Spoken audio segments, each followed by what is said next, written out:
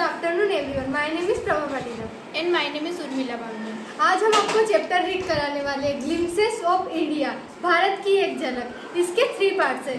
First part है ए baker from Goa, इसके writer name है लूसियो रोड्रिग्स। और सेकेंड पार्ट है कुर्ग, इसके राइटर नेम है लोकेश अब्रोल। और थर्ड पार्ट है टी फ्रॉम असम, इसके राइटर नेम है अरूप कुमार दत्ता। अब मैं आपको first part A baker from Goa पढ़ाने जा रही हूँ।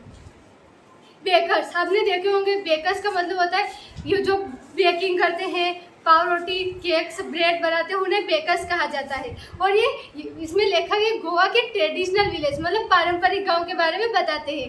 गोवा के एक पारंपरिक गांव बताते हैं। लेखक बताते हैं कि उनमें जो पुर्तगाली लोग मतलब पुराने ज़माने में उनके ग्रैंड मदर, ग्रैंड फादर और बुजुर्ग लोग जो हुआ करते थे, वो बताते हैं कि पुर्तगाली लोग पहले तो गोवा में पुर्तगालियों का पोर्टुगीज मतलब पुर्तगाली लोग हुआ करते थे। अब तो वो गोवा से जा चुके हैं, हो सकता है अभी भी उनके बच्चे वो वहाँ पर वो भट्टियाँ चल रही हो, ब्रेड बन रहा। आप कभी भी गोवा जाओ तो ब्रेड खाकर ज़रूर आना, वहाँ की भट्टियाँ देखकर ज़रूर आना।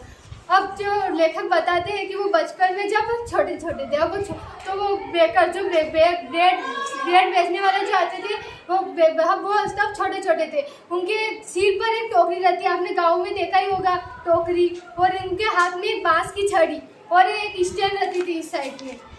तो वो बांस की छड़ी की झुनझुन आवाज़ सुन सारे बच्चे उठ जाते थे और उसके सामने भागने लगते थे, मतलब उस बेकर्स के सामने भागने लगते थे, क्योंकि बच्चों को जो था ना ब्रेड बेकर्स बहुत पसंद थे।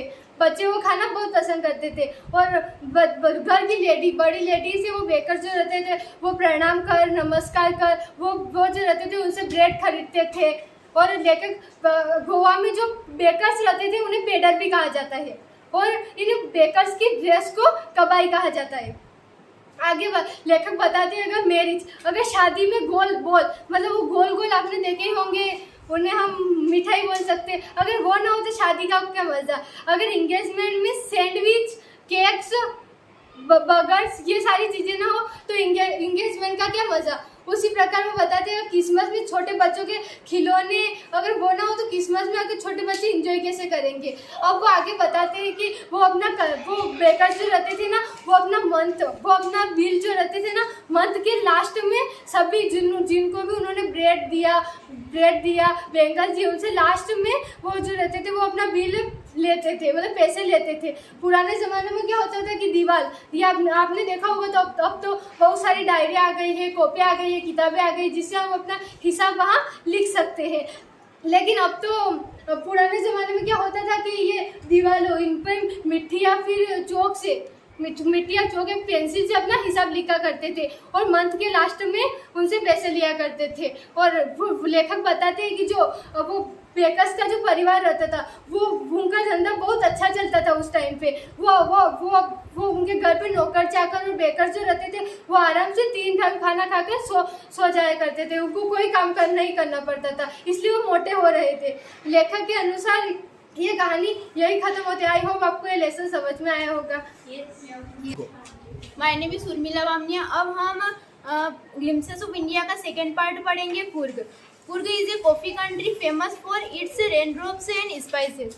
कुर्ग जो है एक मतलब कॉफ़ी कंट्री है और यह जो है मतलब कि रेनड्रॉप्स मतलब वहाँ ज़्यादा मतलब कि वर्षावन पाई जाती है और स्पाइसेस मतलब मसालों के लिए प्रसिद्ध है। और कुर्ग जो है कर्नाटका का सबसे छोटा डिस्ट्रिक्ट है और यह जो है मैसूर और मैंगलोर के बीच में स्थित है। और यहाँ पर मतलब कि आपको मतलब कि बहुत ही वर्षावन और मतलब कि आपको वहाँ यहाँ पर मतलब evergreen forest cover 30% send off this district, मतलब यहाँ पर जो है 30% मतलब कि कवर मतलब कि evergreen rain forest cover 30% send मतलब 30% जो है सदाबहार वन है मतलब। और यहाँ पर मतलब वर्षा बहुत होती है, तो आपको यहाँ राइटर के अनुसार सितंबर से मार्च के बीच में जाना चाहिए। उस टाइम पे यहाँ मतलब वेदर बहुत ही क्लियर रहता है, परफेक्ट रहता है। इससे आगे आपको प्रभा मैम पढ़ाएंगे। अब मैं आपको कुर्ग के लोगों के बारे में बताऊंगी। कुर्ग में लोगों का मानना है कि वो 2 प्रकार के लोग रहते हैं, ग्रीक वंशज और एक अरबिक वंशज। तो लोगों का मैं आपको दो थ्योरी बताऊंगी। फर्स्ट जो है, जब कुर्ग में अलेक्जेंडर की आर्मी वहाँ लड़ने के लिए आई थी तो तब उनको कुर्ग इतना पसंद आ गया कि वो वहीं पर आधे तो भाग कर चले गए और वो यहीं पर बस गए और यहाँ की लोकल महिलाओं से उन्होंने शादी कर ली। अब मैं आपको एक अरबिक के बारे में थ्योरी बताऊंगी। उसमें बताया गया है कि अरबिक जो थे वो ब्लैक कोट पहनते थे तथा बेल्ट लगाते थे। इस ड्रेस को कुपिया कहा जाता है। ऐसी ड्रेस जो है अरबिक पहनते हैं, इसलिए लोगों का मानना है कि यहाँ ये अरबिक वंशज के लोग भी रहते हैं। ये कुर्ग जो है ये मेहमान नवाजी के लिए बहुत प्रसिद्ध है। अगर कुर्ग में जो फर्स्ट इंडिया चीफ आर्मी थे वो कौन थे? जनरल करियप्पा। और मैं आपको बताऊंगी कि ये कुर्ग कावेरी नदी जो है ये कुर्ग के हिल्स मतलब फॉरेस्ट से निकलती है। फॉरेस्ट या हिल्स से तो निकलती है पर ये फॉरेस्ट से भी निकलती है। वहाँ पर एक महाशील मछली पाई जाती है।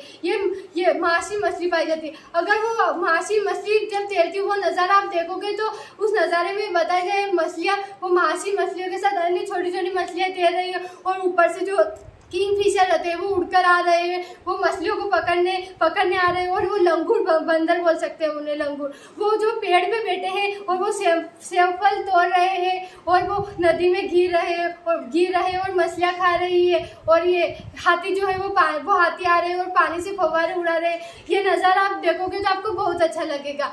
आगे बताया गया है कि और यहाँ पर अगर आप जाओ ना तो रिवर राफ्टिंग,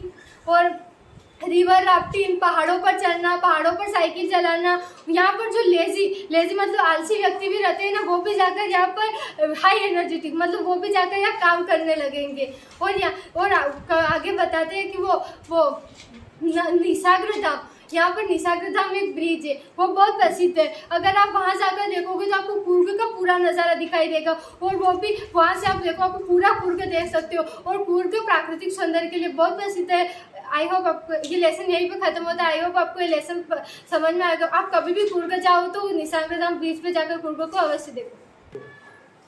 अब हम ग्लिम्प्सेस ऑफ इंडिया का थर्ड पार्ट पढ़ेंगे, टी फ्रॉम असम। जिसे आपको नाम से पता चल रहा होगा कि असम से चाय। इसमें हम चाय की हिस्ट्री के बारे में पढ़ेंगे। चाय कहाँ से आई, चाय कैसे आई। तो इसमें क्या होते हैं, 2 फ्रेंड्स होते हैं, राजवीर एंड प्रांजल। दोनों ही मतलब दिल्ली के एक स्कूल में पढ़ते हैं और दोनों ही क्लासमेट्स थे।